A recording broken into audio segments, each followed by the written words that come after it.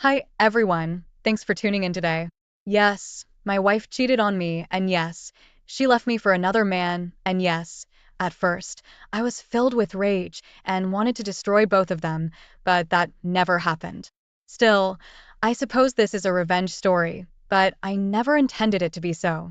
My name is Randy Clipson, and I'm just an average guy. I'm not a hunk, and most of my life, I was overweight. In high school, that changed because I played football. And it was because of football that I got my nickname, Chipper. They used to say that if I chipped someone, they were going down. When you are 6 feet 3 inches tall and weigh 260 pounds, you are kind of expected to play football. I was not a great athlete, but I had considerable upper body strength, even in high school, and could push defensive linemen backward. Playing football really helped me a lot through those 4 years of school. First of all, I shed most of the fat I had carried around most of my life. Even though I still had a bit of a belly, the muscle I had accumulated more than offset that. Nevertheless, when you have been fat most of your life, you tend to think of yourself as a fatty. Add to that mindset, I was painfully shy because I had been teased about my weight all through grade and middle school. Now, in high school, I was a football player and no one made fun of me anymore. Being on the football team also came with certain privileges. I was no longer a pariah amongst the girls. Don't get me wrong, I didn't attract the cheerleaders, but some girls were more than willing to go out with me. Still, I didn't date very much until my senior year. That was when I met Cindy. Cindy Crawley had transferred into our school toward the end of my junior year. So, even though she was in my class, I didn't take notice of her until senior year. Cindy had the most beautiful face I had ever seen. However, she was at least 30 to 40 pounds overweight. This turned off most of the boys in my class. And I'm not proud to admit it, but I wasn't interested in Cindy at first either. It wasn't until we were paired up in chemistry that I really got to know her. Chemistry for me was more than complicated, but not for Cindy, so she helped me a lot. I would go so far as to say that if it wasn't for Cindy, I would have failed chemistry and probably not gone to college.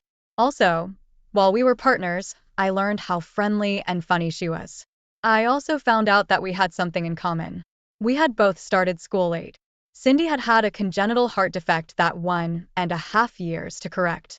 I was born at the end of the year, and then my parents decided to hold me back a year. That meant that Cindy and I were both 19. It took all my courage, but finally, I decided to ask her out.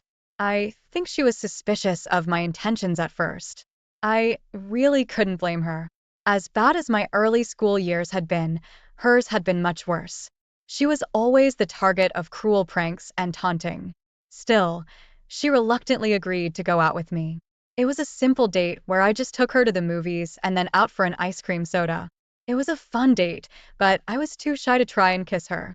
Instead, I shook her hand and asked if I could call her. I could see she was thrilled. We went on several dates over the next several weeks. By the third date, I had worked up the courage to give Cindy a kiss on the cheek. Then we progressed to necking with me, making it to first base. The more I saw of Cindy, the more I cared about her. While my budding romance was lumbering along, the football season was moving in a surprising direction. My high school, Caverton High, had never been much of a football powerhouse. But this season, all the stars seemed to be aligning. Kirk Simmons was our star quarterback, and we had the Bailey twins, Todd and Jason, as our running backs. I was now the left tackle, and I protected Kirk's blind side. I did a reasonably good job in that Kirk was never sacked by anyone coming around my end. We had lost our first game of the season to Mohawk High, 21-17. Mohawk High had always been a perennial football power. After that game, we ran off 7 straight wins and advanced to the regionals. We made it all the way to the state finals before Towson High put us down 28-14. However, it wasn't all bad. We ousted Mohawk High in the semifinals 38-7. That was very satisfying. I'm sorry, I don't get to relive the glory days of high school football very often. I couldn't resist. Anyway, my romance with Cindy continued, and we had advanced to second base. When prom season arrived, I immediately asked Cindy to be my date. She squealed with delight and accepted with a big huge. During the 4 weeks before the prom, Cindy went on a crash diet. She lost about 20 pounds to fit into the prom dress she had purchased. When I picked her up for the prom, my eyes almost popped out of their sockets. Even though she was still what most guys would consider fat, I thought she was gorgeous. The night was a dream for both of us, as we danced with each other the entire evening.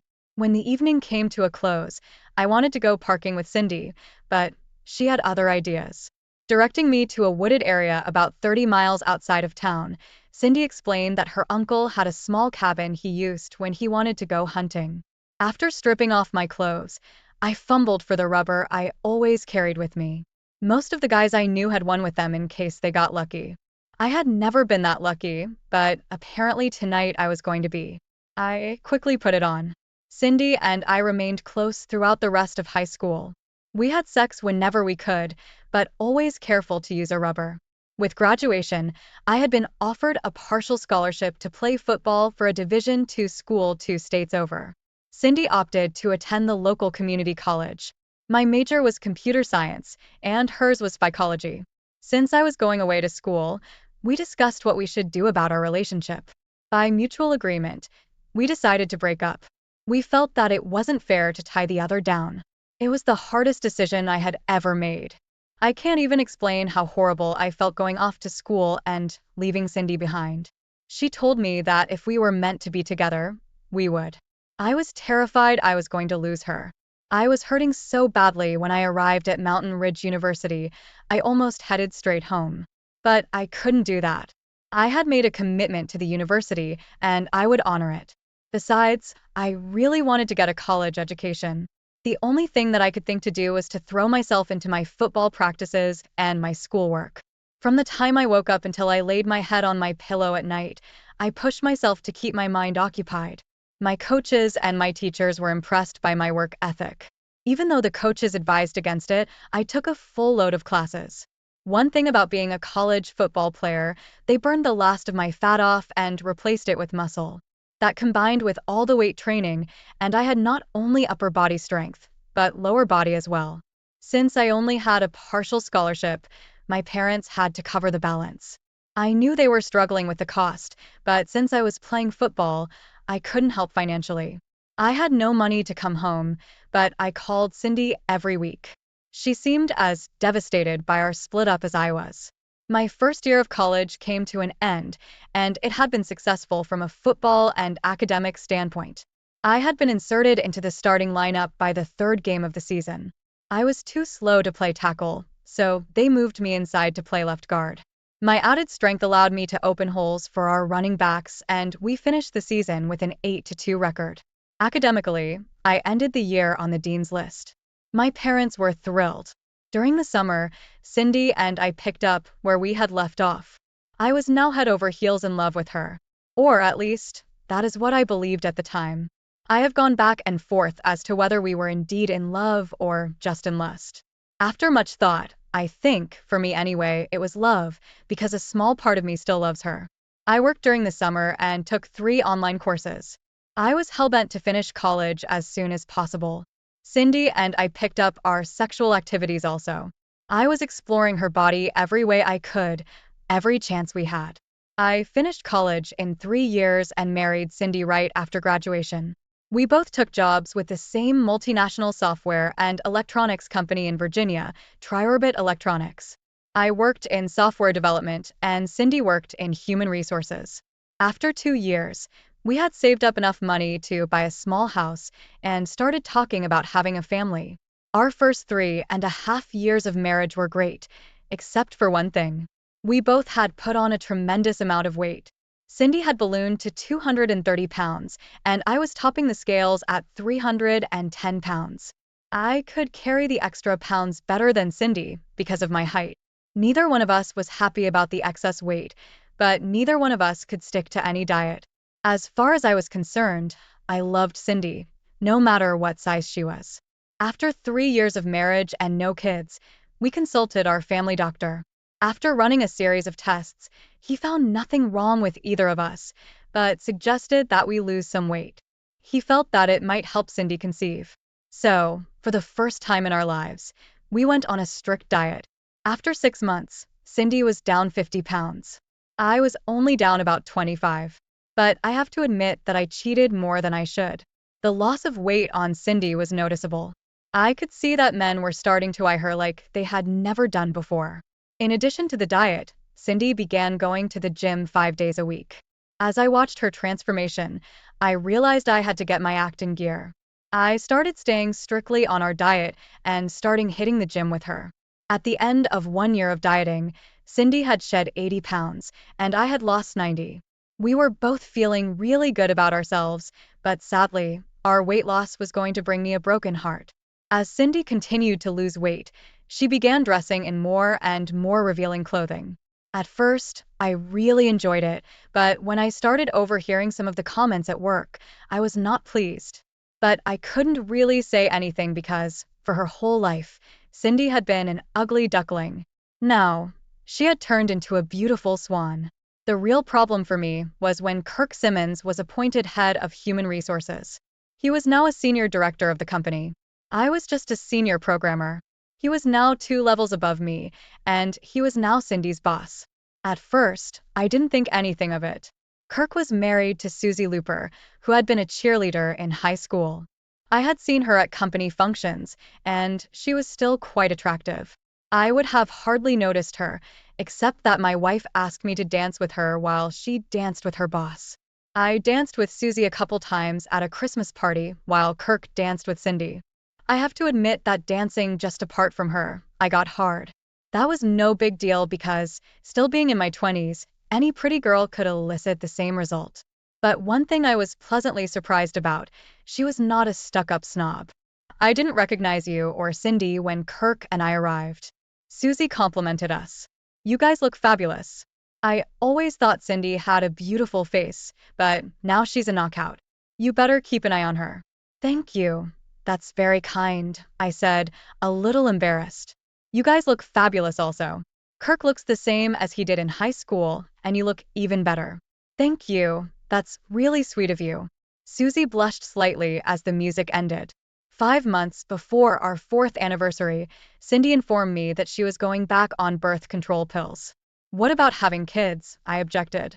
You've decided that I don't want any right now, she said bluntly. Oh, just like that you've decided. I was angry.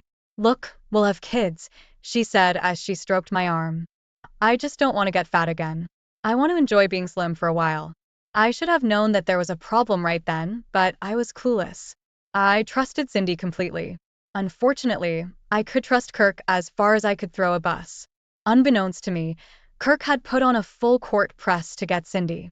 She, of course, was flattered beyond belief that the former football captain of our high school team was pursuing her. I first became concerned when Cindy began working late and then going, supposedly, out with girlfriends. I was genuinely clueless about these things, but I'm not stupid. When Cindy started coming in later and later, I became suspicious. I didn't want to believe that she was cheating on me, but I couldn't ignore the signs. I hired a PI company, and inside of a week, they had all the evidence I needed. They had a video of Cindy and Kirk having sex in the office. How they got that, I have no idea. They had pictures of them cuddling at dinner. They had videos of Kirk coming to my house while I was at work. And lastly, they had pictures of them having sex on our living room floor. I knew they took those through the front window of our house. Remember when I said that I couldn't really describe what it was like having sex with Cindy the first time? Well, I have no words to explain the pain that I felt, finding out that my wife was cheating on me. Not only that, but she was cheating with someone who had been a friend of mine. Granted, Kirk and I were not close, but I had still considered him a friend. It hurt unbelievably. I still held out hope that once I confronted Cindy, she would come to her senses. I was in love with her, and I thought she was still in love with me. I took the evidence home that night, and after dinner, I told Cindy we needed to talk. She looked at me curiously, but sat at the kitchen table to listen. Cindy immediately turned white, and then buried her face in her hands. She started to cry, and ran to the bathroom. I went and knocked on the door, but she refused to open it. I waited in the kitchen with a glass of rum. Finally, she came out and sat down at the kitchen table with her head down. What do you have to say? I said coldly. I didn't mean for it to happen, she said in a voice just above a whisper. Oh, Your clothes just happened to fall off, and he accidentally slept with you? You don't have to be crude, Cindy flared. If you had paid more attention to me, this wouldn't have happened. I was taken aback, and for a second I thought that maybe I had neglected her, but then my anger flared. Don't try to turn this back on me. I've done nothing wrong. You are the one who is having an affair. You have been caught. What do you have to say for yourself? She looked nervously at me, but said nothing. So, what are we going to do about this? I was fighting to keep my anger under control. Do you want to be with Kirk, or do you want to be with me? I love you, Randy, but I love Kirk too, she said, and started to cry again. Well, you're going to have to choose, I said, almost biting my tongue. And I want to know by tomorrow what it's going to be. If you want to stay with me, you are never to see Kirk again. You're going to have to quit that job, and we're going to have to go to counseling. Cindy nodded. I went into our room and pulled out all of her stuff and threw it in the hall. You can sleep in the guest room until you make up your mind. I got home early from work the next day. The truth was that I couldn't concentrate and was less than useless. My stomach had been doing flip-flops all day. At one point during the morning, I thought I was going to lose what little breakfast I had eaten. About 6 o'clock, Cindy came in with a very nervous look on her face. I was sitting at the kitchen table as I had the previous night. She slipped into the chair opposite me. So have you made up your mind? I demanded. Tears began to run down her cheek. You know that I love you, Randy, but I just can't give up Kirk. I love him also. I blew out a long breath to hide that my heart was breaking. Well, you've made your choice. Cindy just nodded, which cut me worse than if someone had plunged a knife into me. My brain was about to explode. I was going back and forth at 1,000,000 miles an hour between killing them both and curling up in the corner and crying my eyes out. You picked a real winner, I said sarcastically. Kirk and Susie just had a baby boy. It doesn't bother you that you're going to leave that kid without a father. A tiny bit of anger flashed on Cindy's face, mixed with a little bit of shame. Kirk was planning to divorce Susie even before we got together. So, just like that, you're going to throw away almost 4 years of marriage? I asked, as I continued struggling to hold back not only my temper, but also the tears. To be truthful, right then, I was seriously considering beating Cindy to a pulp and then go look for Kirk to break his neck. I'm sorry if I've hurt you, Randy, she said softly with tenderness in her voice. I didn't intend for that to happen. I just fell so in love with Kirk, and he's in love with me. I have to be with him. My hands twitched with an unbelievable urge to break her neck at that moment, but I knew I had to hold it together. It took all of my powers of self-control to do it, but I finally did. Somewhere deep in the logical part of my brain, I knew there was nothing to be gained by physical violence. I didn't want her to know how deeply she had hurt me, and there was no way that I was going to beg her to stay. I think that is, probably, the worst thing that any cheated-on husband can do.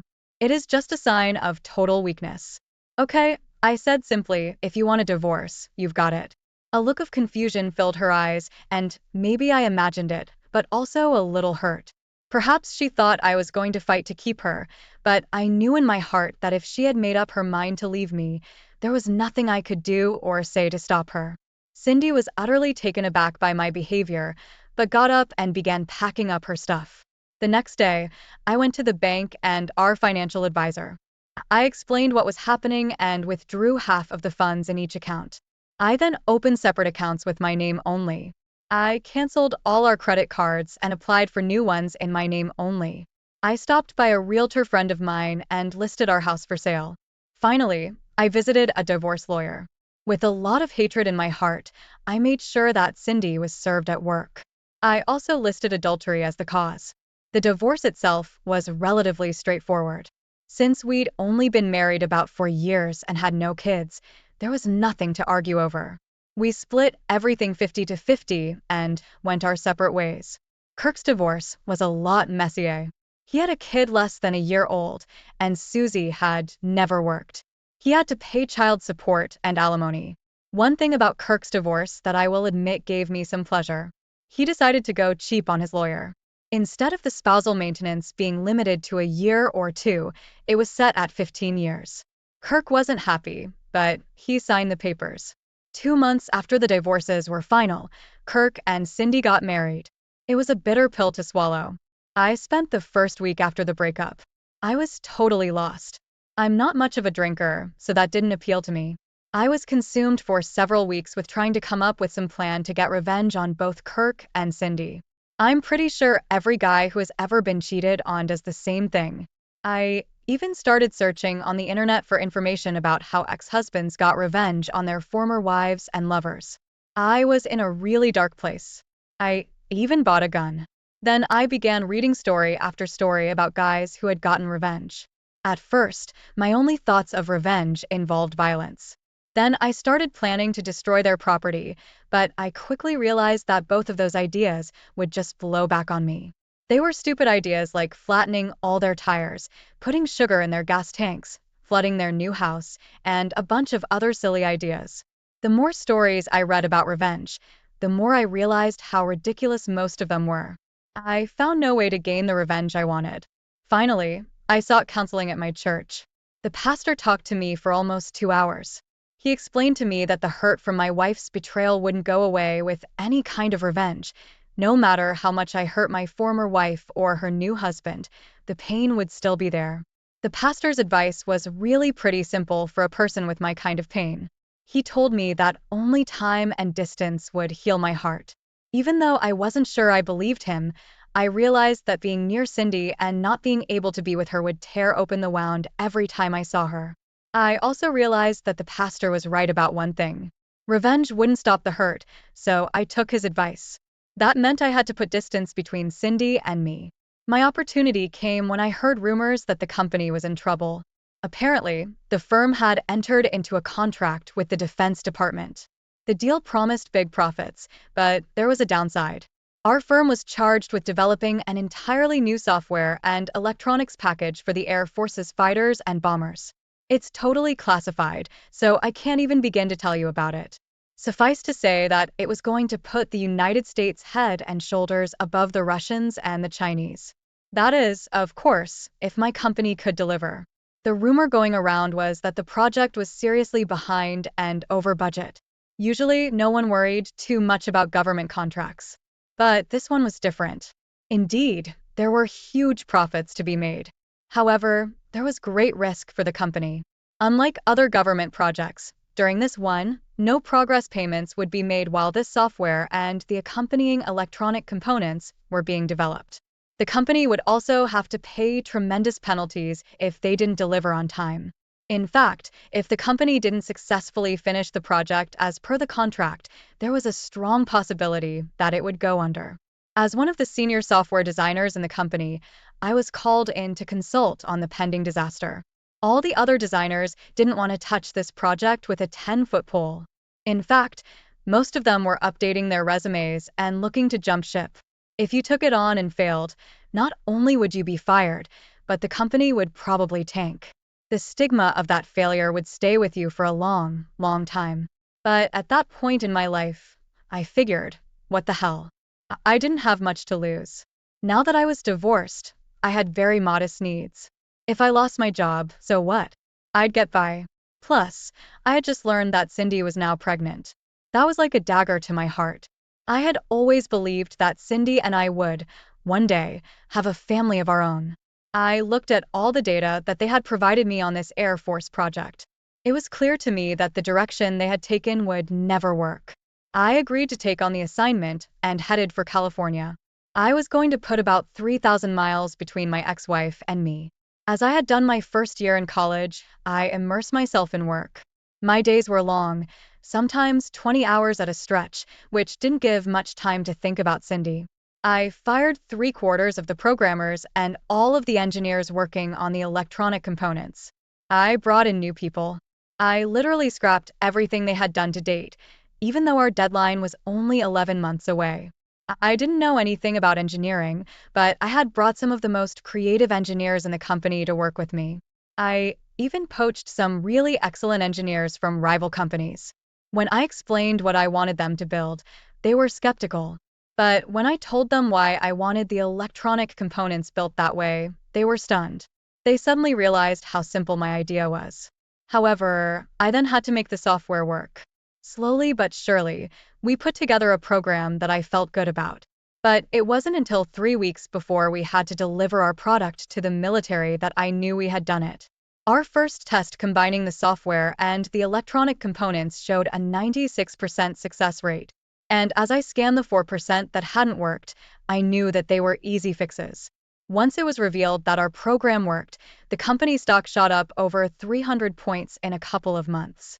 Then the Defense Department announced that they were expanding our contract to include the Navy, Army, and Marines. We were talking about billions of dollars in profits.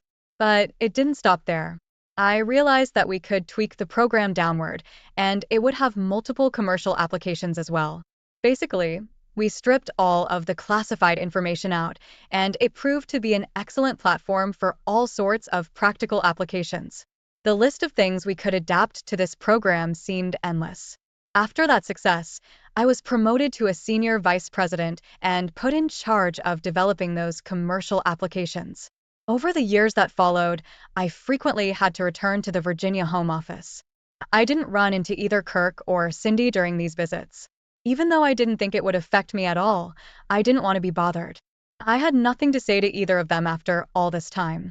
The pastor, who had given me the advice about putting time and distance between a heartbreak, had been 100% right. I had moved on. During one of my visits, I ran into Kelly Bailey. She had been a cheerleader back at Caverton High.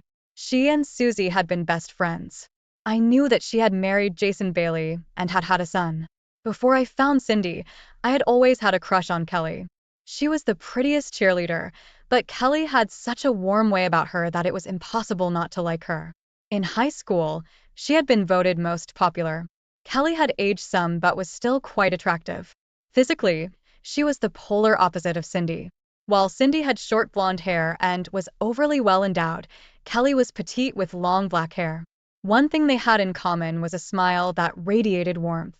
I was stunned that she recognized me.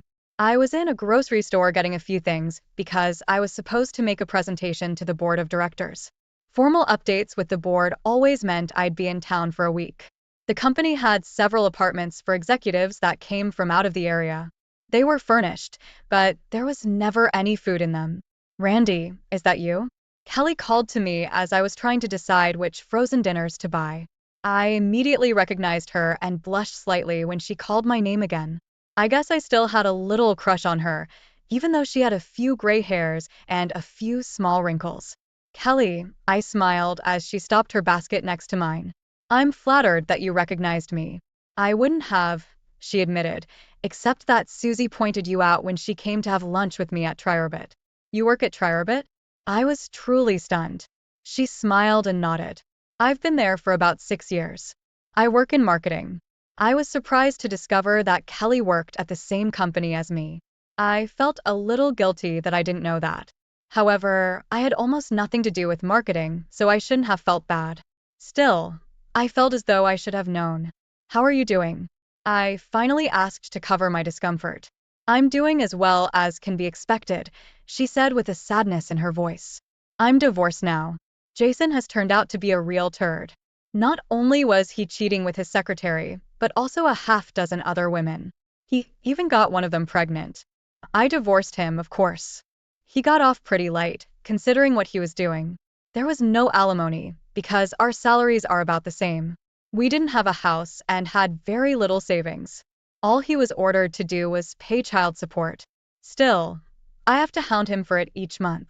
I don't mind bugging him to get the money, but he totally ignores our son, Scott. I get furious when I think about it. "I'm really sorry, Kelly," I apologized. "I always knew Jason was a bit of a wild man, but I thought he would settle down once he got married." I paused for a moment and looked into Kelly's beautiful emerald green eyes. I didn't really know what to say next, so I decided to just commiserate with her. "I guess you know that my wife and I are divorced." Cindy decided to chase after Todd. "No, Randy." Kelly shook her head. "It was Kirk who pursued Cindy. Susie told me all about it." "I guess I can't argue with that," I admitted, "but it takes two to tango." "You're not seriously thinking about eating any of these frozen dinners, are you?" she asked as she surveyed my cart. "Yeah, I'm afraid so," I nodded. "I'm a terrible cook, and this is about all I can handle." Look, if you'd like a home-cooked meal, why don't you come over to my house? It won't be fancy, but I guarantee it will be good. I almost turned her down, but the thought of a home-cooked meal was something I couldn't pass up. If it's not an inconvenience, I wouldn't mind having a real meal. I can't remember the last time I had one. That evening was delightful. Kelly made meatloaf with mashed potatoes, string beans, and sherbet for dessert. It was fun having someone to talk to. Scotty, as his mother called him, was a very outgoing and friendly kid. I discovered that he was a Tampa Bay Buccaneers fan like I was. We had fun talking about the team and their prospects for the coming season. I was a real fan and also a season ticket holder. In fact, I had 4 season tickets on the 50-yard line. The company paid for them because I would take prospective customers to the games. When I didn't have any customers, I'd invite my buddies. And if I couldn't find anyone at all to go with me, I'd go by myself. I'd give the other 3 tickets away, usually to people who were trying to buy from a scalper. I wish I could go to a game someday, Scotty said wistfully. I can make that happen, I said impulsively. As soon as the words were out of my mouth, I realized that I had overstepped my bounds and quickly tried to fix it. That is, of course, if your mother will approve of it. Scotty looked over at his mother with imploring eyes. All she said is, we'll discuss it. At the end of the evening, I apologized. I'm sorry about the offer for the Tampa Bay Buccaneers. It was out of my mouth before I realized what I was saying. But just so you know, I have 4 season tickets to all the Bucks home games and a ton of frequent flyer miles. If you wouldn't mind him going to a game with me, I'd be thrilled to take him. She stood there, looking at me with piercing eyes. It was then that it hit me that I'd made another faux pas. I immediately tried to correct that one, only to create yet another. The invitation applies to you also. After a moment's pause, I stuttered. I, I, I'd get separate rooms for us. You and Scotty would be in one, and I'd be in the other. I could feel my face burning at my stupidity, but all that Kelly did was smile. You are the sweetest man, she said with a chuckle. Your expression is priceless. I breathed a sigh of relief. I really didn't want to offend Kelly. I truly enjoyed her company and was hoping that we could get together from time to time. I decided to plunge ahead. Would you mind if I asked you out when I come to town? If you're with someone, I'll understand. I just really enjoyed having someone to talk to. Kelly studied me for a long moment. Then she smiled. Randy, I've known you since high school. I always thought you were cute and one of the nicest guys, but never considered dating you because I had Jason. Now that I've gotten to know you a little, yes, I'd be pleased if you called me. And I'd love to go see the Tampa Bay Buccaneers with you and Scotty. Over the following year, I would call Kelly every time I returned to Virginia, and we would get together. Several times, I booked trips back east when I really didn't have to be there. It wasn't a love affair at first. We were just good friends who enjoyed spending time together. I took Kelly and Scotty to the final game of the season that year. The Bucks needed to win to make it into the playoffs, and they did. Scotty was beside himself with joy over the win. That night, after Scotty went to bed, Kelly came over to my room, and we became more than just good friends. When Kelly knocked on my door, I was watching a local sports station as they did an in-depth analysis of the Bucks game. She was the last person I expected to come knocking on my door at that time of night. Is something wrong? I asked with real concern. Is Scotty all right? No, nothing's wrong, she replied with a smile. And Scotty is sleeping soundly, happy that his Bucks are going to the playoffs. I just was hoping that we could have a drink and talk. I looked down at my boxer shorts and my t-shirt. Let me put some pants on, I said, as I left the door to find my trousers. I thought I had tossed them on the chair in the corner. They weren't there. No need, Kelly said, as she pushed the door open and entered. Frantically, I looked for my pants, which weren't on the chair, and I couldn't find them on the floor either. I began scanning around the room, which brought a giggle from Kelly. Now my face was fire engine red. If you feel uncomfortable, I can put us on an even playing field, Kelly smiled as she undid her skirt and let it fall to the floor. Now we're both in our underwear. Mix me a drink and come sit down. I went to the minibar and pulled out 2 small bottles of rum and 2 cans of Coke. As I said, I'm not much of a drinker, but I do like rum and Coke occasionally. As I mixed the drinks, Kelly climbed up on my bed and sat cross-legged. It was hard not to stare, because I could clearly see the mound of hair through her white-laced panties. After handing Kelly her drink, I looked around, trying to find a place to sit. Kelly saw my head darting around and knew what I was struggling with. She patted the bed beside her. "Come on, sit here, I don't bite." Still bright red, I nodded and sat down next to her. I quickly took a big swallow of my drink. I could feel the rum course through my body, and I relaxed a bit. We talked for a while, and when we finished our drinks, I took her cup and asked her if she wanted another. She shook her head, and I waited for her to get up. I figured she'd head back to her son. I was totally wrong about that. Not sure what to do, I put the cups in the wastebasket and sat down again. When I did, Kelly kissed me on the lips. It was quick and soft, sending an electrical charge through my body. She saw my surprise and smiled. "I've been waiting for months for you to kiss me. I figured that you still thought of me as that high school cheerleader who is unattainable. Let me assure you that I am not that person anymore." Kelly had read me like a book. There had been so many times that I wanted to kiss her, but was afraid. I didn't want to take a chance of losing her as a friend. I leaned forward and kissed her. We kissed a long time with our tongues, exploring every part of each other's mouth. She tasted so sweet.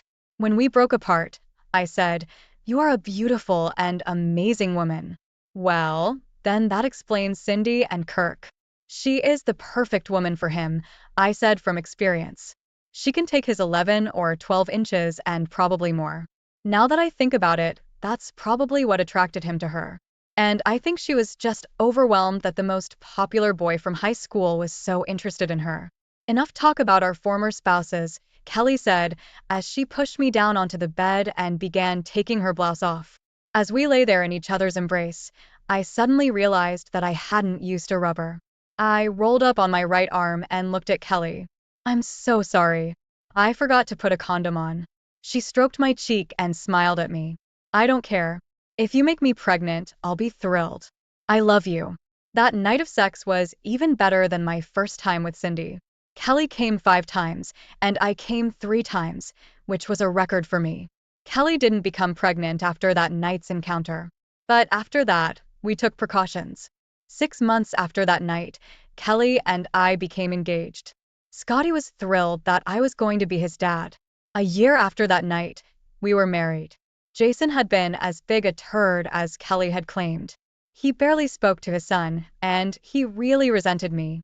Jason was still close friends with Kirk, and every time he came to Kelly's apartment when I was there, he had to tell me how happy they were and what great sex Kirk and Cindy were having. I guess he thought it would make me jealous. I just listened and said nothing. What I did learn was that Kirk was still heading up the human resources department for the company, but Cindy had given up her job to be a full-time mom. I was a little surprised to learn that Kirk and Cindy had 3 kids now, but it no longer bothered me at all. One time when I heard Kelly on the phone giving Jason hell for not sending the support payment, I made the mistake of telling her to forget about it. I was more than willing to pay whatever for Scotty's needs. "You need to stay out of this," Kelly said sternly. "He may ignore his son, but I'll be darned if I'm letting him slide on his child support. That's Scotty's money." I quickly backed off. That December, I was to be named executive vice president of the company. The announcement would be made at the Christmas party, which was to be held at the Washington Convention Center. There was going to be 400 or 500 people there. I was a little embarrassed that they were going to make a big deal about my promotion at this event, but Kelly was ecstatic. "You deserve this recognition," she scolded me for complaining. "I know almost as many people in that company as you do, and they've told me story after story about how this company wouldn't exist if it wasn't for you. They also told me that you'll be the next CEO when Mel steps down next year." "Maybe," I said, "but it doesn't matter. I'm married to the most beautiful woman in the world. And I have a surprise for you," she said with a smile. "Remember when that rubber slipped while we were doing it in Kansas City?" I nodded, and then a silly grin filled my face. "You don't mean?" Her smile widened as she nodded her head. "Yes, I'm pregnant. No, there is no way I'm ever going to let you go." She came into my arms and hugged me deep and hard. And I know that if we didn't have to go to the party, she would have ripped my clothes off, and we would have screwed all night. I was hard just thinking about it, but I knew that after the party, we were going to have a lot of fun. I have to admit that I'm not much of a party person. I have to go to so many that they have long since lost their charm. Kelly still seems to enjoy them, but only if I'm by her side. She still has that aura that draws people to her. We danced quite a few dances, and were just about to return to our table when we ran into Kirk and Cindy. They were arriving late and were accompanied by Jason and his date, a beautiful girl named Kathy. I was genuinely shocked. Cindy had put on at least 30 pounds, and Kirk had a small pot belly that he tried to cover with his coat jacket. Jason, of course, was still fit and trim, but I reasoned that he was still on the make. I was unsure what to do, but then someone began talking over the public address system. Could I have your attention for just a moment? I realized it was Mel Stanton, the CEO of Triorbit. I promise I won't give a long speech. As most of you know, we've been looking to replace Charlie Brunner, our executive vice president, who retired 3 months ago. I knew who I wanted right away, but the board dithered around for 3 months. Well, after months of interviewing dozens of candidates, they finally agreed with me. I'm thrilled to announce that our new executive vice president comes from within our own organization. He has always been a tremendous asset, and now it's time he receives his just reward. I give you our next executive vice president, Randy Clipson. A spotlight was suddenly shining on me, and loud applause broke out from all around the room. Kelly pulled me to her and gave me a long, passionate kiss. When the commotion ended and the party returned to normal, I turned to where Cindy, Kirk, Jason, and his date were standing. I didn't know what to say to them. Jason seemed pissed, and jealousy filled Kirk's face. However, when I glanced at Cindy, there was a look of sadness and loss. I didn't know what to do or what to say, but Kelly did. Kirk, Cindy, Jason, it's wonderful to see you, she said as she hugged each one. Then she turned to Kathy and shook her hand. It's a pleasure to meet you, Kathy. I took my lead from my wife. I shook Kirk, Jason, and Kathy's hands and gave Cindy a small hug. We chatted for a bit, and the music started to play. In a total surprise, Kelly said, Randy, why don't you have a dance with Cindy, and I'll have a dance with my ex-husband? Kathy, why don't you and Kirk have a dance also? I looked questioningly at Kelly, but she just smiled knowingly. So I danced with Cindy. How have you and Kirk been doing? I asked, because I couldn't think of anything else to say. Not particularly well, she answered. I think we're headed for a divorce. I'm pretty sure Kirk has been cheating on me. I'm really sorry to hear that, I replied. Are you really, Randy? She looked at me with total skepticism. I figured you'd say something like it serves you right. I would never say that, I said, shocked at first by the comment. But then I realized there had been a time when I probably would have said something like that. Well, to be truthful, when we first broke up, if you'd come to me then, I probably would have said something like that. But I couldn't hate you. You were my first love, and it hurt to lose you. But life moves on, and so have I. The music stopped shortly after that, and tears were streaming down Cindy Claw's face. When I left you, I made the biggest mistake of my life, and there is nothing I can do to fix it. I watched Cindy walk away from me, and I truly felt sorry for her. I felt Kelly put her arm around me, so I leaned down and kissed her. How was your dance with Jason? I asked. He's still a jerk, she answered with a smile. He actually tried to put the moves on me. He told me that he's ready to settle down, and he'd be more than happy to take me back. I just laughed at him and told him, why would I want him when I had the greatest man in the world? I watched Cindy reach their table and sat down. Even from this distance, I could see the tears. Kirk and Jason appeared to be having a heated discussion. If I had to guess, I say that Kirk tried to put a move on Jason's date. I thought back to the pain I had felt when Cindy left me. Something like that never truly goes away. It's like a bad cut. It leaves a scar. I also thought of all the planning for revenge that filled me during that time. The pastor had been right. No amount of revenge would have ever stopped my pain. It indeed was time and distance that had healed me. As I said at the beginning, even though I had given up on the idea of getting revenge, I had, in fact, achieved it. My revenge was exacted in the only way that is truly meaningful to someone who has been cheated on. I was living well, loved, and totally happy. If you enjoyed my story, please like, subscribe, and share your thoughts in the comments. Have a story of your own? Hey everyone, welcome back to my channel. We were high school sweethearts, and as soon as we were 18 and had both graduated, we got married. We were warned by practically everybody we knew to avoid making that major commitment to each other until we had matured, but we knew that we loved each other, and there was no doubt in my mind that she was the woman I wanted to spend the rest of my life with. There were times during college when both of us might have wished things were different. Being married meant that our social lives were a lot different from our peers. During the 4 years we were in school, we had our struggles, but we always managed to come back together and work through them. It was a stressful time, and I thought that it made us stronger than ever. Right out of school, both of us landed decent paying jobs. However, we were still new at living completely on our own, so it took some major adjusting to gain the financial stability that we needed to start our family. After a little while, we were eventually able to rent a nice house with a yard. We adopted a dog together, and we were preparing to start trying for a baby. Around Christmas time, I was shopping around for different gifts that I could get my wife. One thing she had always told me she was interested in doing was a boudoir shoot. It wasn't something that I ever asked her to do, but it was something that she'd seen some of her other friends doing, and she thought it was a fun idea. So I found a photographer online and bought a certificate for her. She was excited by the gift when she received it on Christmas morning, and it didn't take long for her to reach out to the photographer to schedule their appointment. Even though I was the one who bought the shoot, she wanted the actual pictures to be a surprise to me, so I didn't tag along during the shoot or have anything to do with it. The day for the shoot came along, and I'm not going to lie, I was pretty nervous.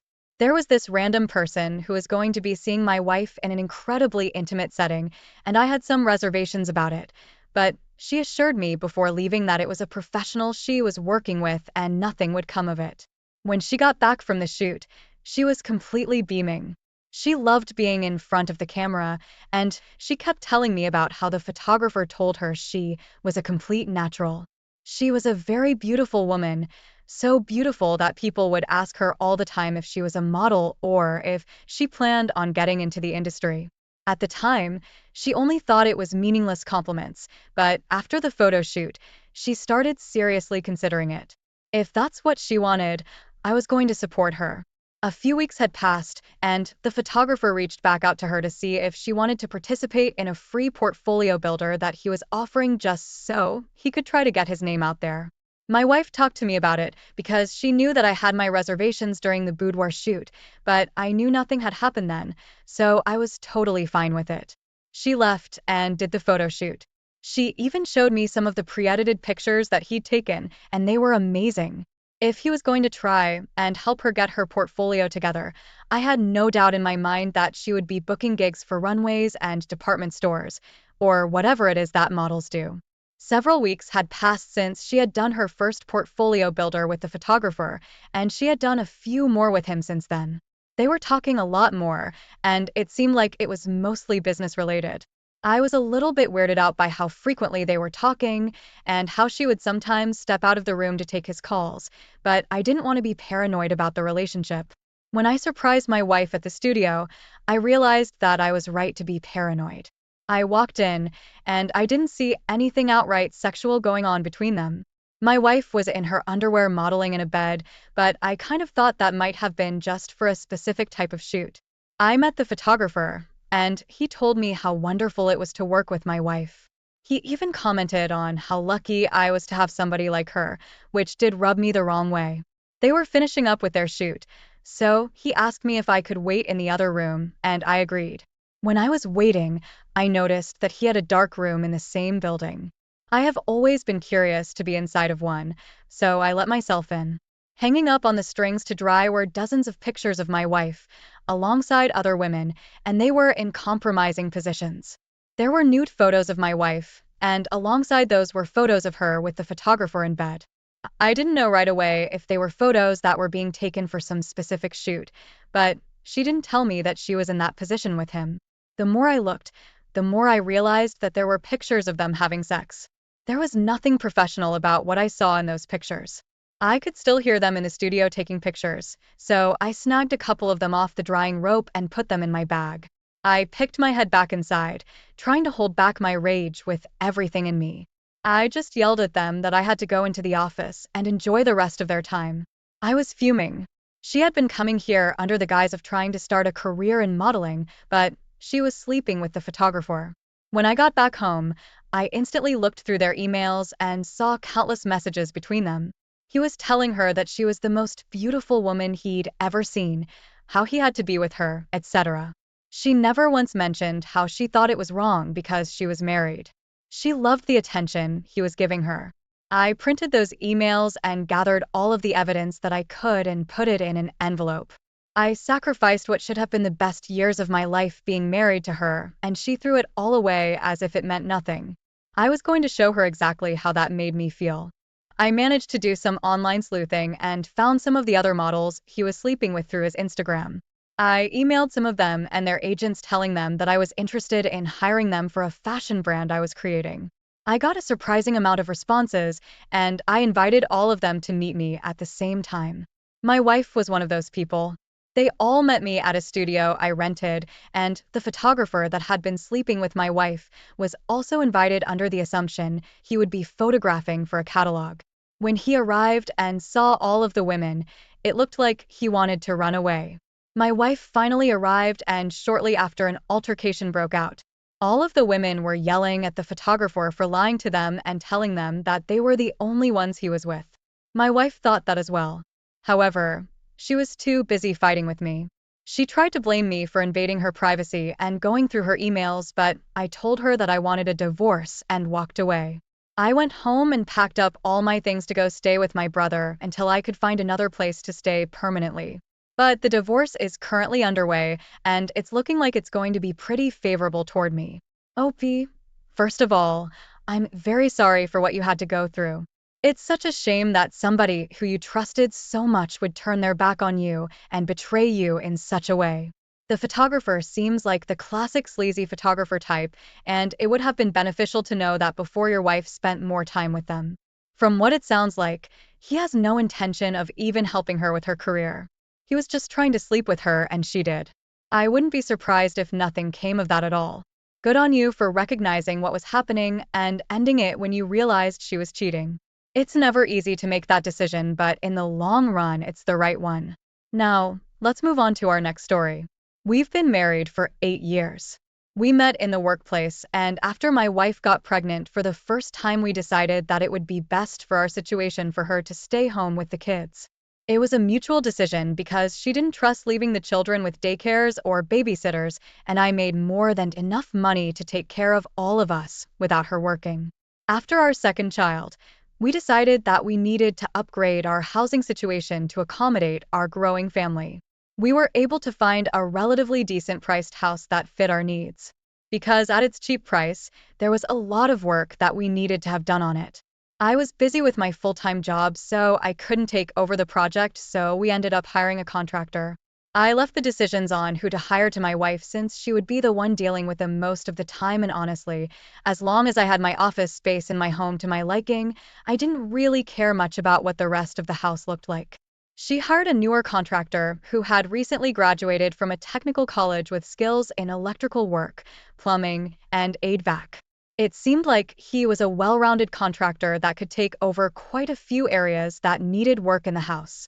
He usually works during the day, so I never really saw him. He was gone by the time I got home from work around 6 p.m. One day when I had a headache at work and decided to come home a little bit early, I realized that he was quite good-looking. I hadn't known that he was an attractive man before I agreed to hire him. I wasn't jealous, but it made me a little bit uncomfortable knowing that there was this man in the house who my wife would have been crazy not to find attractive. I trusted her, so I didn't think she was going to do anything with the man. When I saw him for the first time, I joked with her about it, and she thought it was ridiculous. Whenever I would be home from work, she would tell me about everything that happened during the day, what the contractor had told her, and what they'd done. From the sounds of it, it seemed like they were generally out of each other's hair. One day there was a small fire in the office, and after the fire department came and put it out, Our boss just had everybody go home early because of the strong smell left behind. I was so thankful to leave.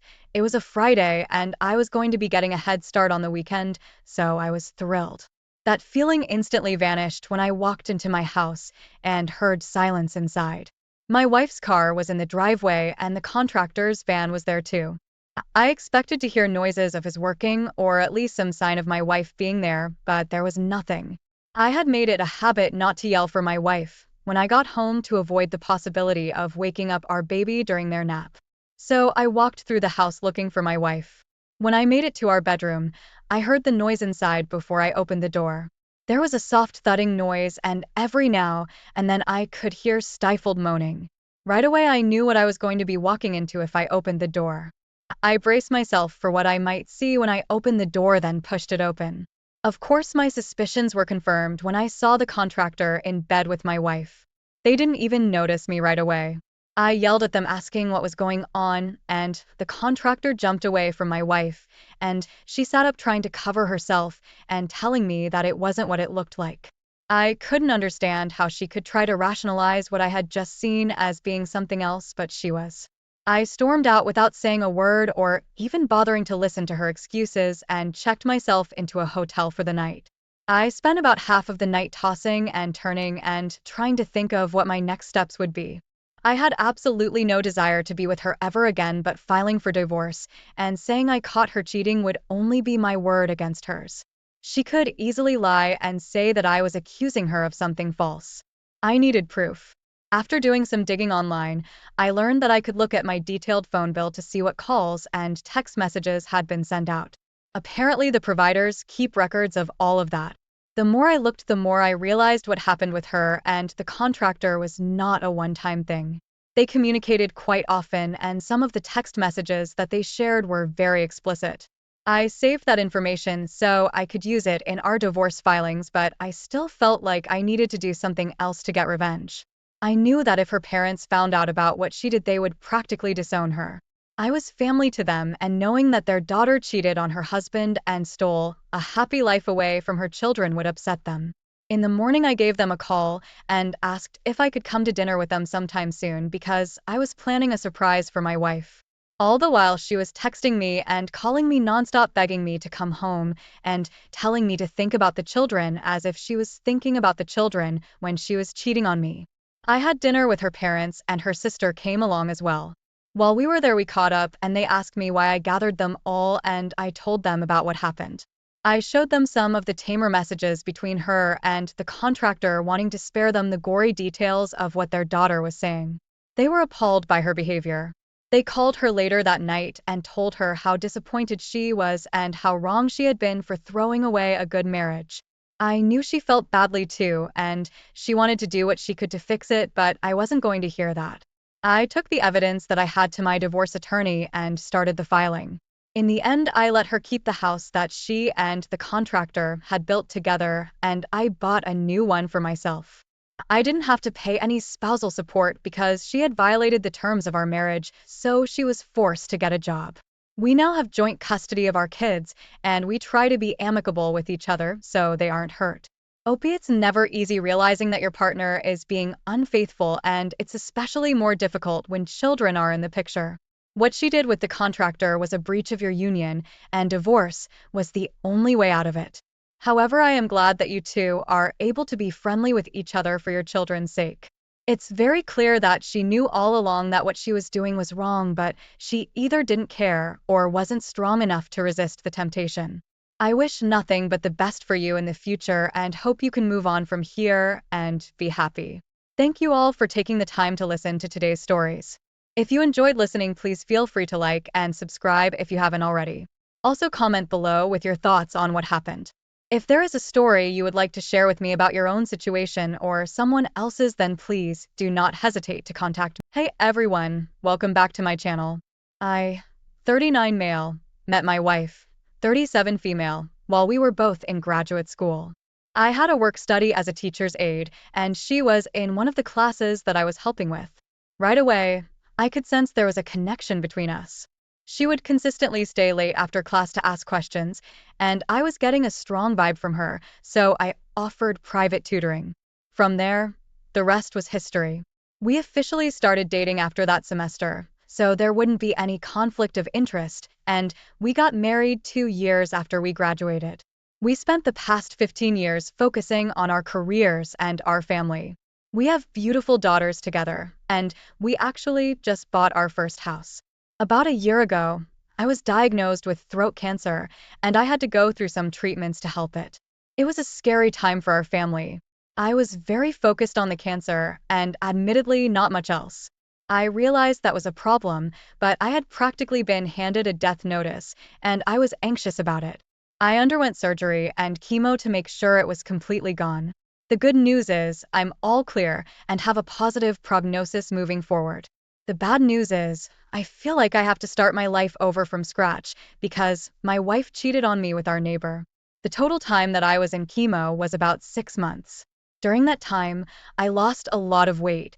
I was sick all the time, and I ended up having to shave my hair off entirely because it was falling out. I know it sounds awful to say, because going through something like this is so challenging, but I couldn't stand looking at myself in the mirror. Before my cancer, I spent a lot of time at the gym, I ate healthy, and I took good care of myself. I never thought I was the most attractive guy in the world, but I was happy and confident with myself. Seeing myself after the chemo was a big shock, and it's still something that I'm working to come back from. About a month ago, I really started to notice there was something going on with my wife. After getting the positive prognosis, all I wanted to do was spend time with my family and celebrate my life. However, my wife couldn't seem to make time for that. She always had some excuse to stay behind when I wanted to go to the movies or the park with the kids. I didn't let it get to me because I had this newfound sense of freedom in my life. I just wanted to spend time with my kids while I was on Earth. I was really cherishing life at that point.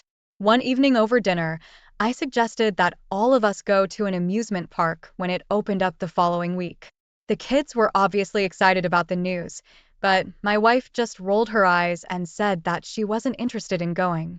I questioned it because I wanted to spend time with my family.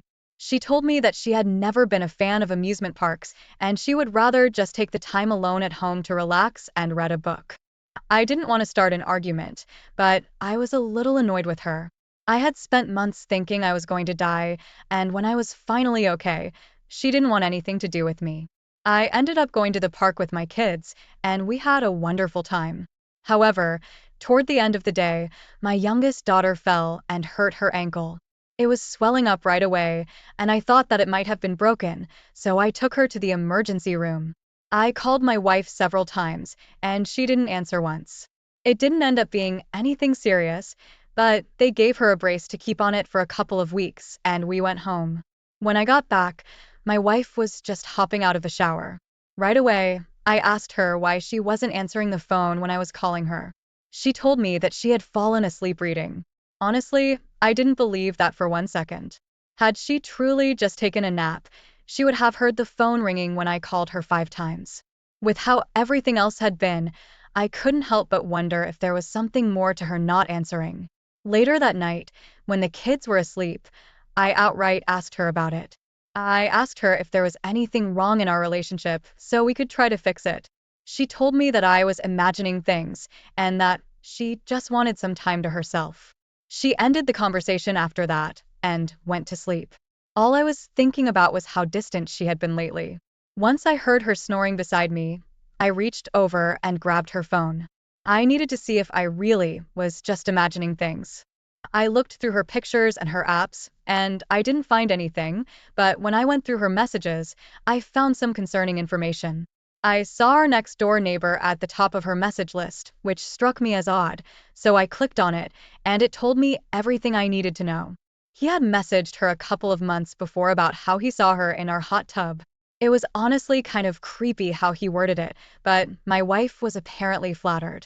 He said that he felt like she was putting on a show for him, and he was interested in her.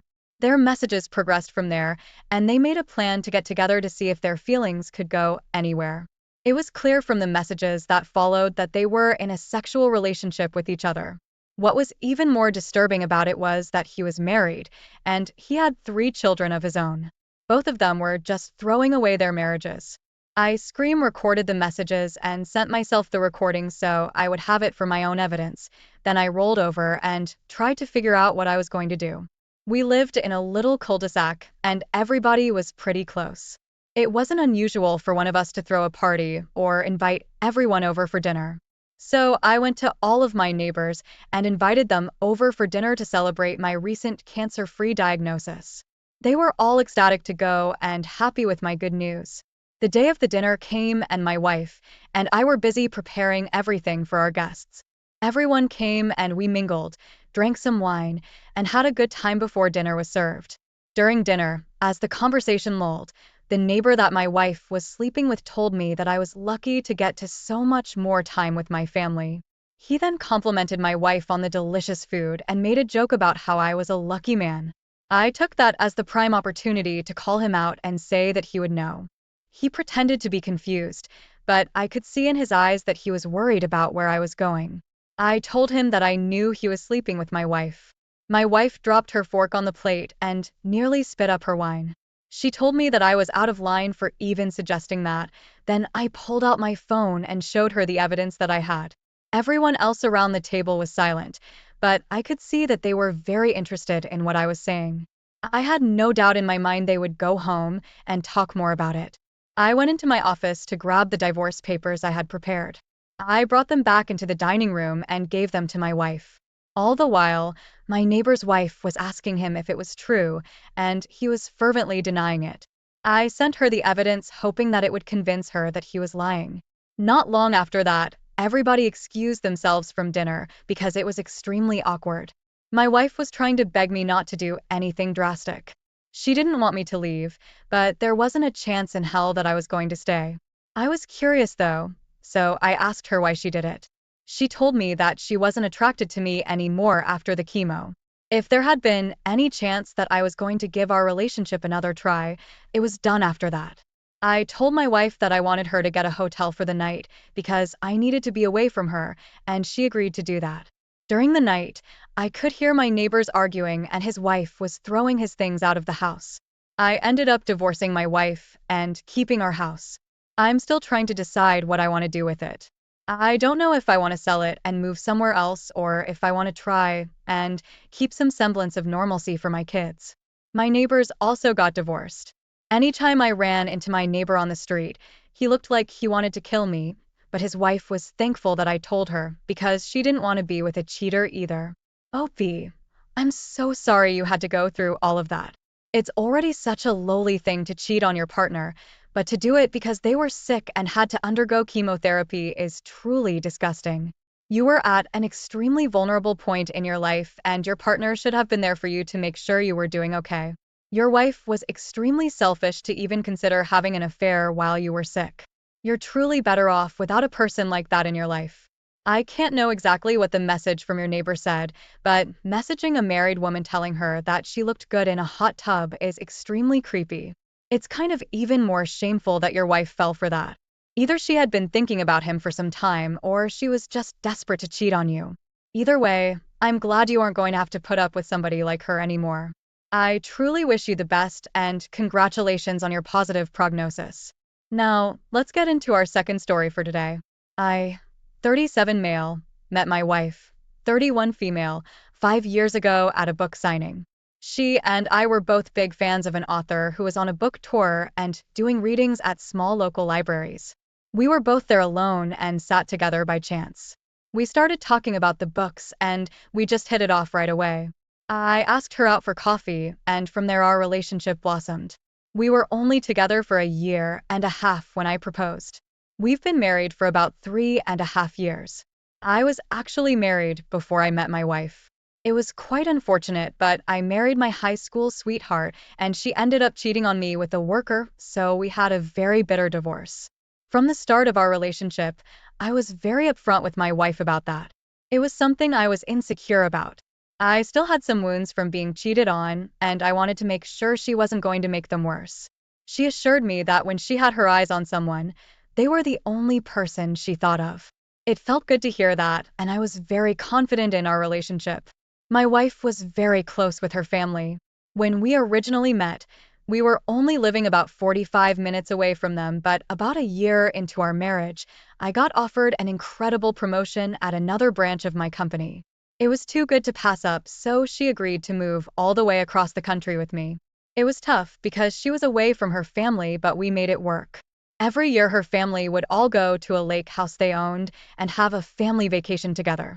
Because of the move and the pandemic, my wife hadn't gone for a few years and she missed it. Last summer, she told me that she really wanted us to go because she missed her family.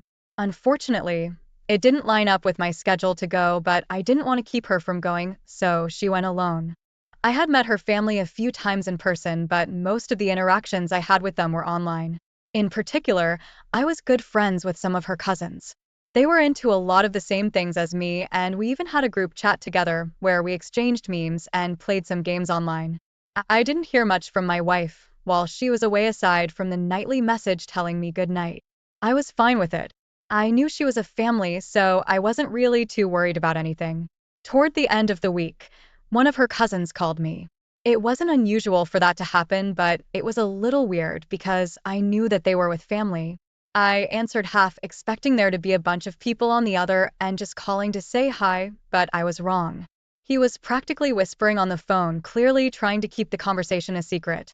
He told me that he values my friendship and he didn't want anything to jeopardize that. Plus, with everything I told him about my past relationship, he felt like I deserved to know what was happening. My heart was pounding out of my chest as he told me this. Apparently, my wife had been meeting up with a guy that she used to date. He was her summer fling every time they would visit the lake house. Her cousin wasn't able to tell me if they had been sleeping together. He didn't know, but he was a little bit alarmed by how much time they were spending together. It would have been one thing if she'd mentioned that he was someone she would be seeing while she was there. Maybe grabbing coffee with him wouldn't have been the end of the world, but to see him several times while she was away and not telling me felt like a betrayal. I had been through all of that before, and I was starting to get really worried. The last thing I wanted was to find out that my wife was cheating on me when my ex-wife had done the exact same thing. I asked her cousin for the guy's name, and he told me. Right away, I went onto all of my wife's social media pages and searched for him. I found him on her Facebook, and I saw that they had been interacting a little bit on her page. I didn't want to do it, but I had every reason to believe that something was going on.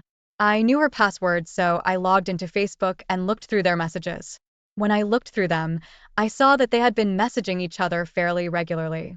A majority of the messages were friendly, sharing jokes with each other, and just chatting about life. About a week before my wife was set to leave for her trip, she messaged him and told him she would be in town. He was very excited about it, and he even said, "How long has it been?" 3 years. My wife replied confirming that. I was shocked to hear that. I had never even heard of a guy before, but he saw my wife 3 years ago. From what I could glean from the messages, he got married 3 years ago and they were together one last time before his marriage. It was also clear from the recent messages that they had planned on being together during the week my wife was away. He had also apparently moved away from town, so he lied and told his wife that he was going on a work trip. I felt absolutely gutted by the information. This was the second time I was going to get divorced because my wife had cheated on me. Maybe it was the anger because it was happening again, or maybe it was just me not wanting to take this lying down, but I wanted to get some revenge on them. The only issue was that I was all the way across the country. After I did some digging, I found out that his wife actually only lived a couple of towns over. It wouldn't have been impossible for her to go and catch them in the act. I thought about what I wanted to do carefully, but I ended up sending her a message through Instagram and explaining everything to her. She was very easy to convince because she had already suspected something was up. I told her that she needed to go and catch them and get some evidence against them. She agreed, and I gave her the information for the hotel that I knew they were meeting up at. I waited by my phone all day for her to send me the pictures or videos that she took of them together. She called me a few hours after she was supposed to be there and told me what she saw. When she knocked on the door, her husband thought that it was room service that he had ordered. She could clearly see that he was in the room with another woman, so she stormed in and found my wife in bed. She wasn't able to get any pictures, but my wife left shortly after and she didn't know what happened. However, she asked him why he was with my wife. He told her that there was nothing emotional between them at all. They had a history, but the history was entirely sexual. He even admitted to her that all his life, over anyone else he's been with, including her, that my wife was the best sex he ever had. When they were near each other, they liked to meet up just for sex and nothing else. That news really hurt to hear, but it was enough proof for me to leave. My wife and I were living in an apartment at the time, so I packed my things while she was still away and I disappeared. I didn't tell her where I was going. I didn't tell her why I was leaving. When she got back from her vacation, I didn't pick her up at the airport like I was supposed to. She had been calling me and texting me asking me where I was, so I just blocked her number.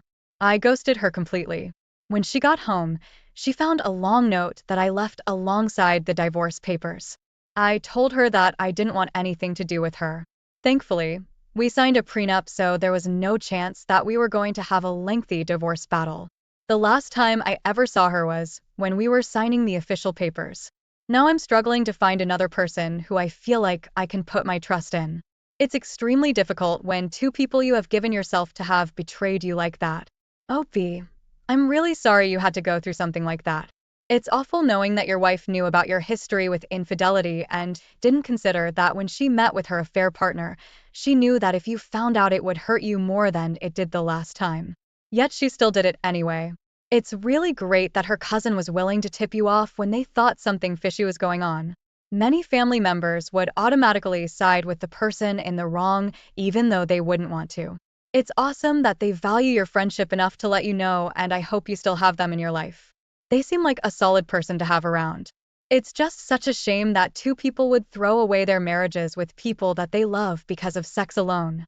If there is something someone is unhappy with in the bedroom, you can always talk about it and open up a dialogue to improve anything. Nobody has to have an affair to have good sex.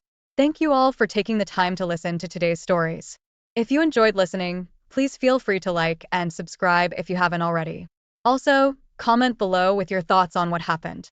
If there is a story you would like to share with me about your own situation or someone else's, then please do not hesitate to contact. Hey everyone! Welcome back to my channel. You won't believe what happened in my life recently. My name is Lucius and I was Annie's husband of 15 years. We have two preteen daughters who still love their daddy. I'm what you would call an alpha male that takes no shit from anyone but treats his wife like the special prize I knew she was. In our relationship, I allow her to take charge and feel empowered to a point. Thanks to genetics, I inherited my dad's physical attributes. I'm 6 feet 6 inches, 265 pounds with an imposing figure, but a gentle giant until I'm triggered. Annie saw that a few times when we were out together and was hit on by some tough guys. She is a beautiful woman with a nice figure and an angelic face. Guys are always checking her out and flirting with her, which drives me crazy. One of my flaws is my mean jealous streak, which once activated is hard to control. Over the years I've learned to keep my rage at bay, but I have not yet mastered this talent. She had always been a great mother and wife, which really made this hard to understand. Sex was frequent and satisfying, not satisfying enough, I guess. She took care of the house and worked full-time as an executive assistant for a local tech company. To this day, I would never have thought she would have taken a lover. I gave her everything and always treated her like a queen, and she knows it. She tells her friends and family how wonderful I am and how it's embarrassing how I dote over her. But she also tells them how much she loves it. This is why the question still pounds my head, even during these last few hours. Why? Why would she jeopardize everything she has for a fling? An affair with her boss for some sex? Why? This was my most troubling question. Anyway, Annie had seen my jealous rage twice over the last 15 years, and she knows what I'm capable of. Twice when we were out, some jerks tried to get her to dance after she already told them she was with me. Both times they didn't take no for an answer and pulled her out of the booth as I sat there watching. They must have thought since they were big tough guys I would just sit there and let them tape my wife. Big mistake. The first time it happened was when we were out discussing about our girls and having a fun time together. I was stunned when this guy had the balls to grab her hand and pull her out of the booth. Before he took his first step to the dance floor, I was out of my booth and between him and my wife. With a quick move, I dislocated his shoulder and pushed him into our booth where he squirmed in pain as Annie and I left the facilities. The other time it was similar, but that guy suffered a broken wrist and a concussion as we again left the bar.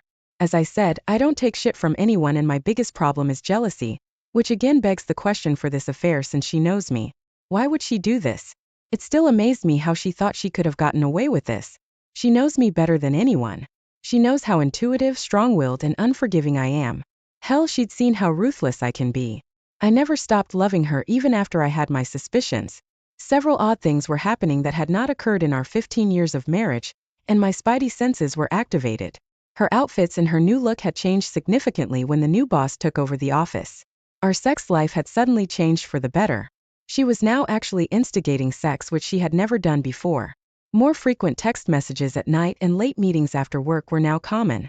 Of course, she had perfect excuses for everything, but for some reason my jealous nature wasn't happy, so I hired a PI. I told the PI not to tell me anything until the file was complete. I didn't want things to change between us and prayed I was just a paranoid husband.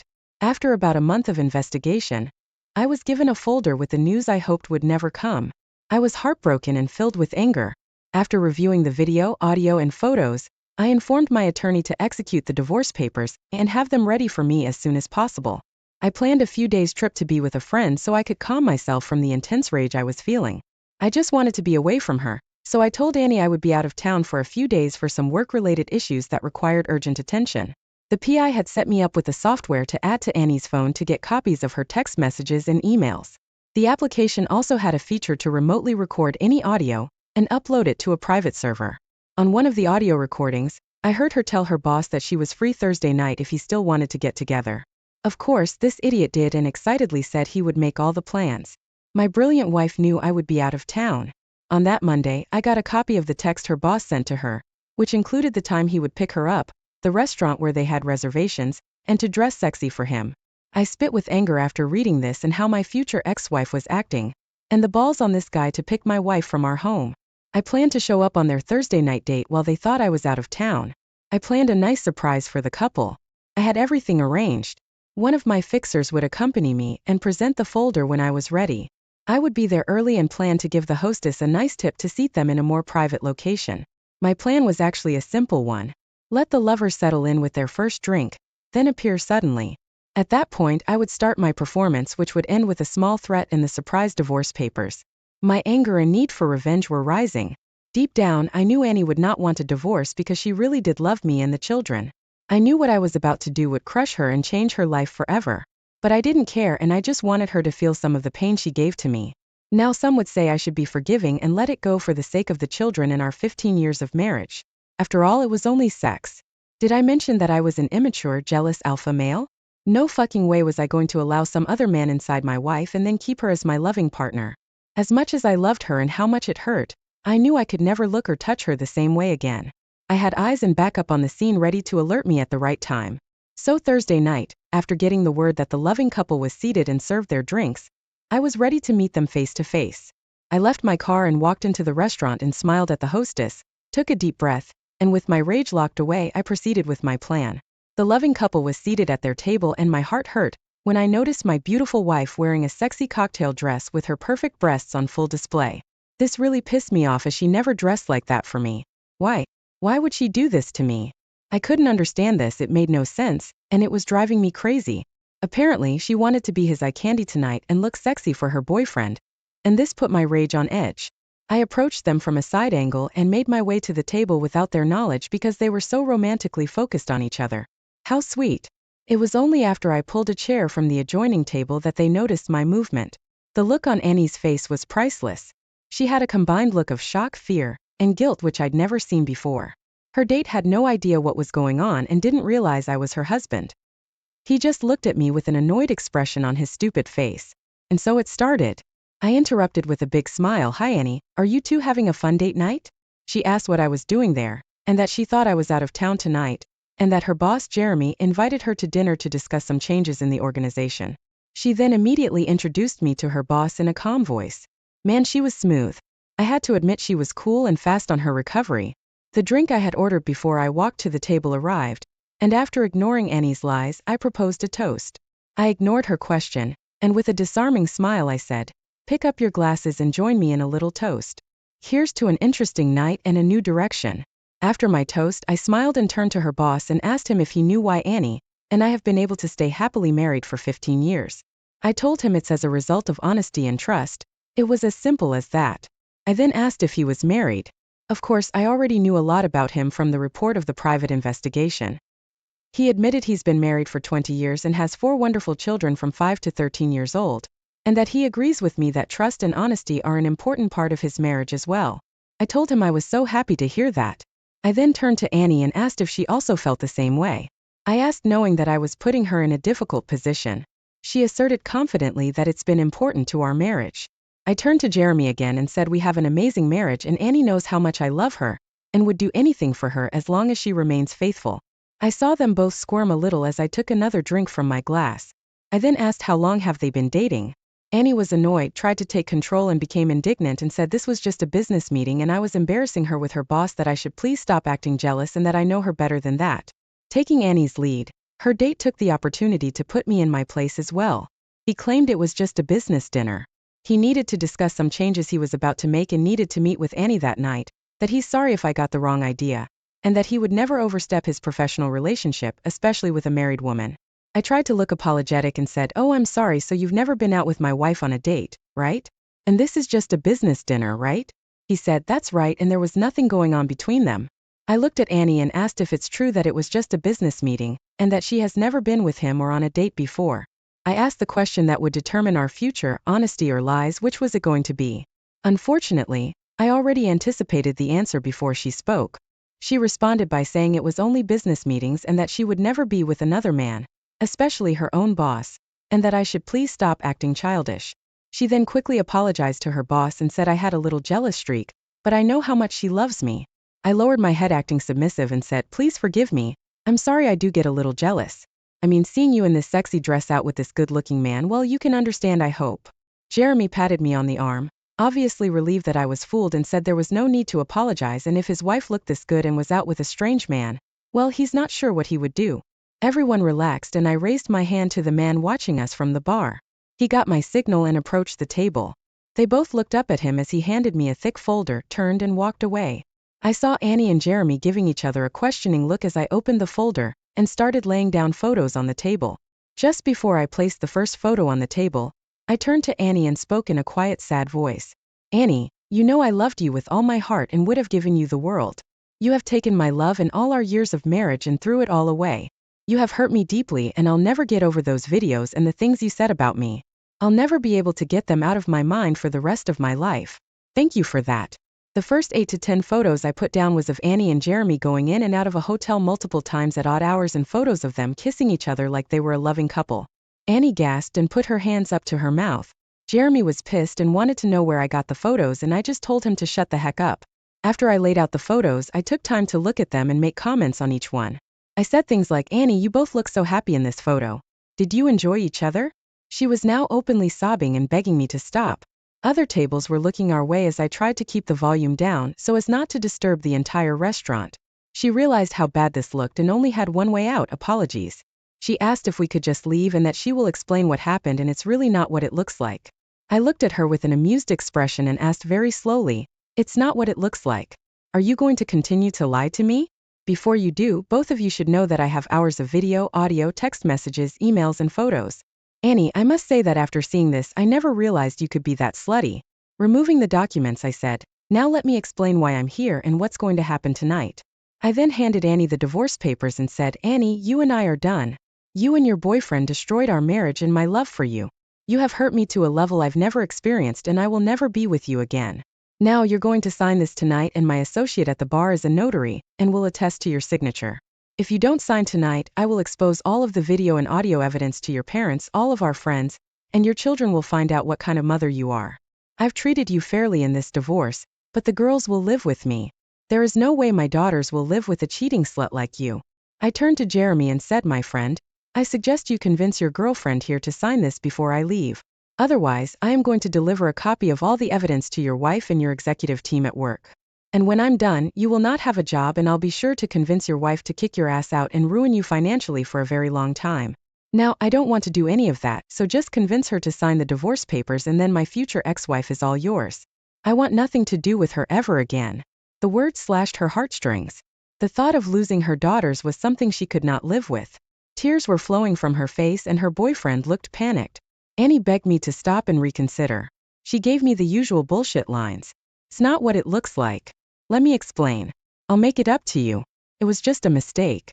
Please forgive me. Blah, blah, blah. She ended with, I love you and I don't want this. Please give me another chance. Ignoring her pleas, I stood up and said, I'm going to the men's room and when I come back, I want the papers signed. If they are not signed, I promise that both of you will not be able to comprehend the amount of hell I will bring into your lives. I left Annie crying and her lover in a state of shock. I knew Jeremy would do whatever he could to get her to sign those papers to save his own ass. I was about to leave when I heard Jeremy convince Annie to sign the papers and later asked me to hold them for a week to give her a chance to talk. He knew that there was no way he could have his wife and his work see those videos and pictures, and would do whatever he could to prevent that. Few minutes later, I returned to the table. I asked if she had signed them yet, and with the saddest face, she said she'll do whatever I want, including signing the papers, but will I please give her a week to talk to me before I do anything? I sat silent and looked into her eyes for a long moment and considered her request. I gave in and said, even though you deserve shit from me for what you've done and how you threw away our marriage for this asshole, I'll give you that. You can come home and you can have a week before I turn the paperwork into my attorney. You will stay in the guest bedroom. I don't want you near my bed during this time. Now sign them so I can get out of here. She signed the papers and I put them into the folder, then stood up to leave. Before I left, I took her hand into mine until she realized I was removing her wedding rings. I put them in my pocket and then removed the ring I had worn for 15 years. I held it up as she looked at it and carelessly flipped it into her glass of wine. The look on her face gave me only a small amount of satisfaction, but when she started crying again, it made me smile just a little because I knew she was starting to feel my pain. I turned to Jeremy and said, well, asshole, she's your date. Do what you want with her. I'm leaving. But remember this, you ducked my wife, ruined our marriage and jeopardized so many things, including my children's love for their mother. Your ass is mine and I have your balls in my hand. Don't fuck with me, you're lucky I didn't follow through on my original plans for you. It's not over between us, you will be hearing from me soon. Got it? Jeremy nodded quietly as I towered over him. It looks like I may have ruined their plans for the evening. I wonder if they still want to duck after I leave. As I started to leave, Annie grabbed my arm and begged to come home with me, that she just wants to be with me. I pulled my arms away as if touched by a hot iron and said, damn you. I don't want to be seen with you. You're his tonight. I'll see you after he's done ducking you tonight or tomorrow. Makes no difference to me anyway, you have 1 week. Okay, yes, I was a dick, but I really didn't care. I felt as if I cut my jealousy and anger in check. I was proud that I was able to suppress all the built-up rage. I did give her a week. I heard her come home about an hour later that evening, and she went directly to the guest bedroom. She realized there was no way I was going to speak calmly to her that night. We met the next morning in the kitchen when I came down for coffee. I was still in a revenge mood and I continued my dick persona and said, good morning. How's my slut wife today? She cringed and looked down into her coffee and said exactly the words every cheating wife that gets caught and wants to save their marriage says, honey, we have to talk. I told her there was nothing to talk about and that I knew what she did. I knew how long she had been doing it. I knew all the things she said to him about me and our marriage. I saw how she dressed for him. I told her she lied, concealed, cheated and took me for a fool, and I can't believe she was that stupid, and that if I'm missing anything then we can talk, otherwise I have nothing to say. She responded by saying she was the fool, not me, that she didn't know why she let it happen, that I gave her everything she ever wanted, and that she loves me regardless of what I heard in those recordings. She said I have to know she never meant to hurt me and she never wanted me to find out. I said, exactly my problem, Annie. You never wanted me to find out. You wanted to keep it a secret and continue to lie and duck your lover behind my back. That's the real issue here, Annie. I can forgive infidelity, hell, we're all human and make mistakes, but this was a mistake. You wanted this and you wanted to keep it a secret and continue to lie, cheat and conceal your relationship. My trust is gone and I wonder if I really ever knew you. How many other men were there? How many times did you duck your lover and bring yourself back to my bed full of his sperm? I'm so disgusted I can barely speak. She started sobbing as she realized what I was feeling and understood what she had done. She had no comeback or excuses but admitted her wrongdoing. She said she was guilty and hated herself, and that there was never anyone else, and no matter what she said, she knows I won't be able to forgive her for what she did, but she doesn't want to get divorced and she'll do whatever I want to stay in this with me. Said she thinks she needs counseling, and maybe we could go together to find out what's wrong with her, and I shouldn't leave her. I was silent for a moment and said, you can go to counseling. Figure out whatever you need and I'll support you. But I can't live with a woman that can throw me away so carelessly. Your actions and the things you said told me your true feelings, and I don't see any way I can live with someone that feels that way about me. I know there are other women out there that would be more than happy to be with me. You had your chance and you freely gave it away. Enjoy your week here with the girls. Try to explain why you're leaving. I will not disparage you, but you need to tell them you're leaving and why. In the divorce agreement, I've given you full access to the want, but they will live with me. If you continue to slut around and be a bad example for the girls, I will make your visitations much more difficult. Look, I'll treat you better than you deserve and help maintain your relationship with the girls, but I have 2 questions I would like answered. Listen to my questions and think about them before you answer. My first question is, why did you risk everything for this? My second question is, was it worth it? I called Jeremy the following Monday and told him to meet me for lunch on Wednesday. After convincing him how smart it would be to meet me, I explained to him how upset I was that he destroyed my marriage and how close he came to being taken out.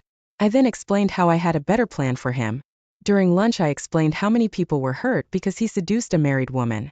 I explained how I expected him to make restitution. He was going to pay for Annie's rent and car payments for the next 3 years.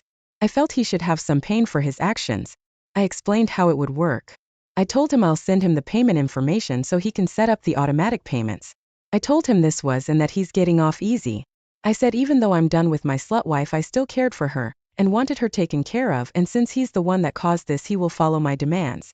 I told him this arrangement will help Annie get on her feet after I kick her out, and I don't care how he does it, but if he doesn't follow through on it, I will make sure he loses his job and that his wife finds out about his infidelity. I told him that all of this is because he had to seduce a married woman, and that he doesn't understand that there are repercussions for his actions. I then asked him why didn't he go after single girls instead of breaking up families, that was really a bullshit move. After the divorce, I treated Annie well, allowed her to visit the children, and kept their relationship strong. We remained friendly, but she never gained back my respect or trust. Jeremy made those payments every month with my threat hanging over his head. Annie was never able to explain or answer those questions to my satisfaction. She was clear that her cheating and lying were not worth it and was sorry she did it, but she couldn't explain the why. She still lives alone and without the love she once had. I could have destroyed her, but losing her family and my love was enough of a revenge. Even with her counseling, the answer to the why question still could not be explained. The best she could come up with so far was that she didn't know why. It just happened and that it had nothing to do with me or our marriage, because she does love me and she was happy with our sex and our life together, but it was something new and exciting she screwed up. I could not hold back, and I told her that if she was happy, why would she dress up and wear sexy clothing for him? Perhaps if she had made that effort with me, we wouldn't have been in this position. Just happen isn't really an answer. She did it over and over, and she dressed to turn him on each time, but she tells me she loved me. Finally, I told her I hope someday she can tell me why, and that I think she owe all of us that much. For us husbands and boyfriends that have been cheated on, this seems to be the riddle that can't be solved. Thanks to these 2 cheating couples, I'm not sure I can ever trust or give myself fully to another woman again. Sad but true. Married partners should consider their actions and the consequences they inevitably bring. The path of destruction left behind is greater and longer lasting than the excitement of sexual gratification. Speak with your partner. Either share each other's needs or leave the relationship, but a betrayal is a painful act with long-lasting effects. Thanks for watching. Subscribe to the channel for more stories like this.